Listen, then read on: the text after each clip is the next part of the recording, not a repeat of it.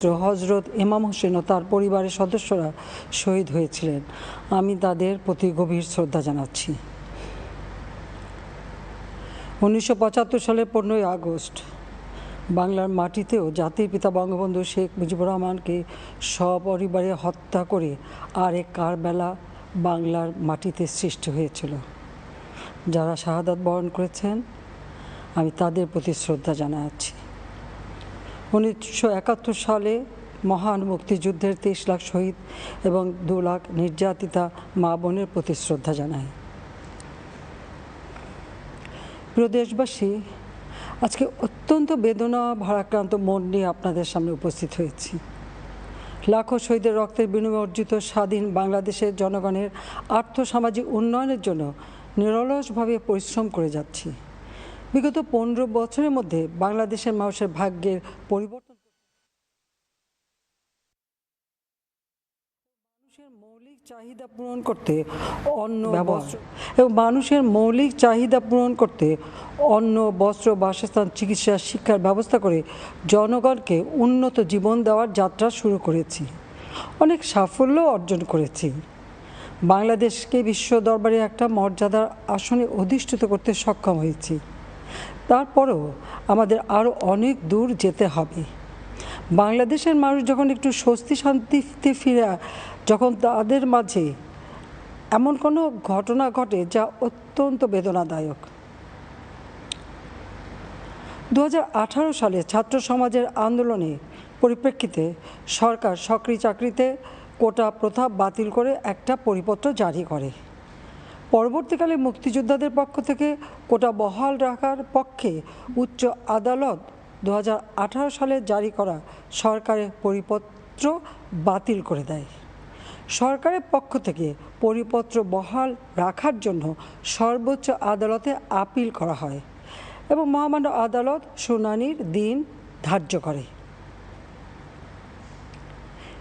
এ সময় ছাত্ররা কোটা সংস্কারের দাবি নিয়ে আবারও আন্দোলন শুরু করে। এই আন্দোলনের শুরু থেকেই সরকার যথেষ্ট ধৈর্য ও সহনশীলতা প্রদর্শন করেছে, বরং আন্দোলনকারীদের নিরাপত্তা নিশ্চিত করার ক্ষেত্রে পুলিশ সহযোগিতা করে।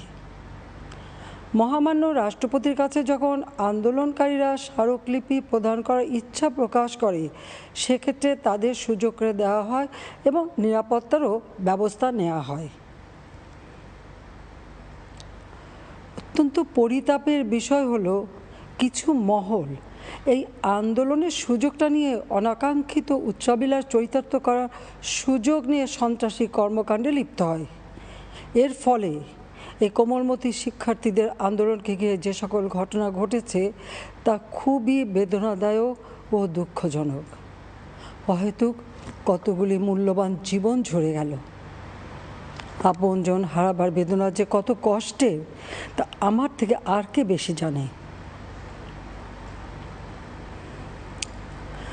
যারা মৃত্যুবরণ করেছে তাদের আত্মার মাগফিরাত কামনা করছি।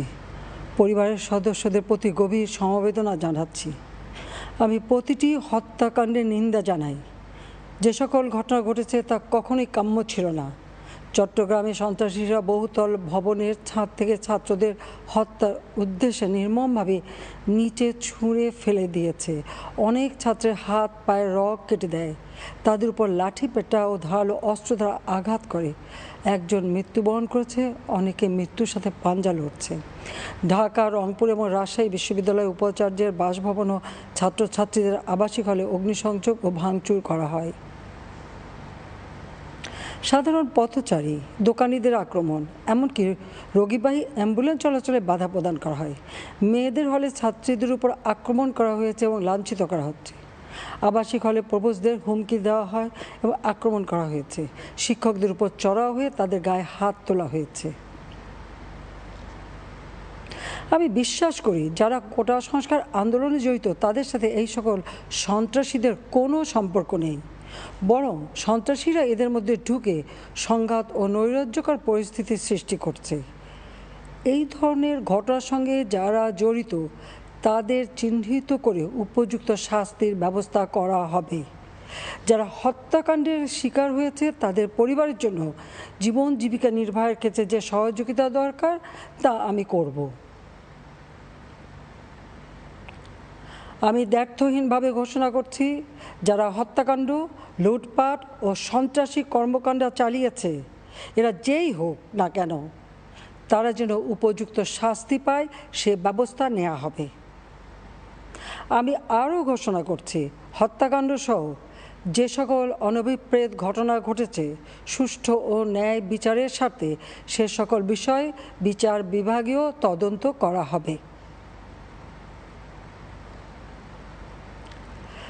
কাদের উস্কানিতে সংঘর্ষের সূত্রপাত হলো, কারা কোন উদ্দেশ্যে দেশকে একটি অরাজক পরিস্থিতির দিকে ঠেলে দিল, তা তদন্ত করে বের করা হবে।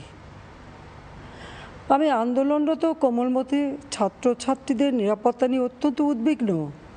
এই সন্ত্রাসীরা যে কোনো সময় সংঘাতের পরিবেশ তৈরি করে তাদের ক্ষতি সাধন করতে পারে। তাই শিক্ষার্থীদের পিতা মাতা, অভিভাবক এবং শিক্ষকদের প্রতি আমার আবেদন, তারা যেন তাদের সন্তানদের নিরাপত্তার বিষয়ে সজাগ থাকেন। একই সাথে সকল শিক্ষা প্রতিষ্ঠানের ছাত্রছাত্রীদের নিরাপত্তার বিষয়টি বিশেষভাবে নজর রাখেন। সরকার হাইকোর্টের রায়ের বিরুদ্ধে সর্বোচ্চ আদালতে আপিল করেছে। আপিল আদালতে শুনানির দিন ধার্য করা হয়েছে। আদালত শিক্ষার্থীদের কোনো বক্তব্য থাকলে তা শোনার সুযোগ সৃষ্টি করে দিয়েছে। এই আইনি প্রক্রিয়ার মাধ্যমে সমস্যা সমাধানের সুযোগ রয়েছে। এই আইন প্রক্রিয়া সমাধানের সুযোগ থাকা সত্ত্বেও রাস্তায় আন্দোলনে নেমে দুষ্কৃতিকারীদের সংঘাতের সুযোগ করে দেবেন না। সর্বোচ্চ আদালতের রায় আসা পর্যন্ত ধৈর্য ধরে অপেক্ষা করার জন্য আমি সকলকে বিশেষভাবে অনুরোধ জানাচ্ছি।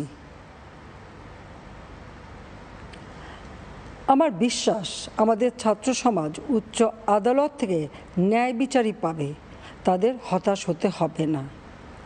ইনশাল্লাহ মুক্তিযুদ্ধের চেতনায় আমাদের প্রিয় মাতৃভূমিকে সকলের সহযোগিতায় স্মার্ট বাংলাদেশ হিসেবে গড়ে তুলব। আমি আবারও এই অনাকাঙ্ক্ষিত ঘটনায় যারা নিহত হয়েছেন তাদের জন্য গভীর দুঃখ প্রকাশ করছি এবং পরিবারের সদস্যদের প্রতি আমার সমবেদনা জানাচ্ছি। খোদা হাফেজ। জয় বাংলা, জয় বঙ্গবন্ধু। বাংলাদেশ চিরজীবী হোক।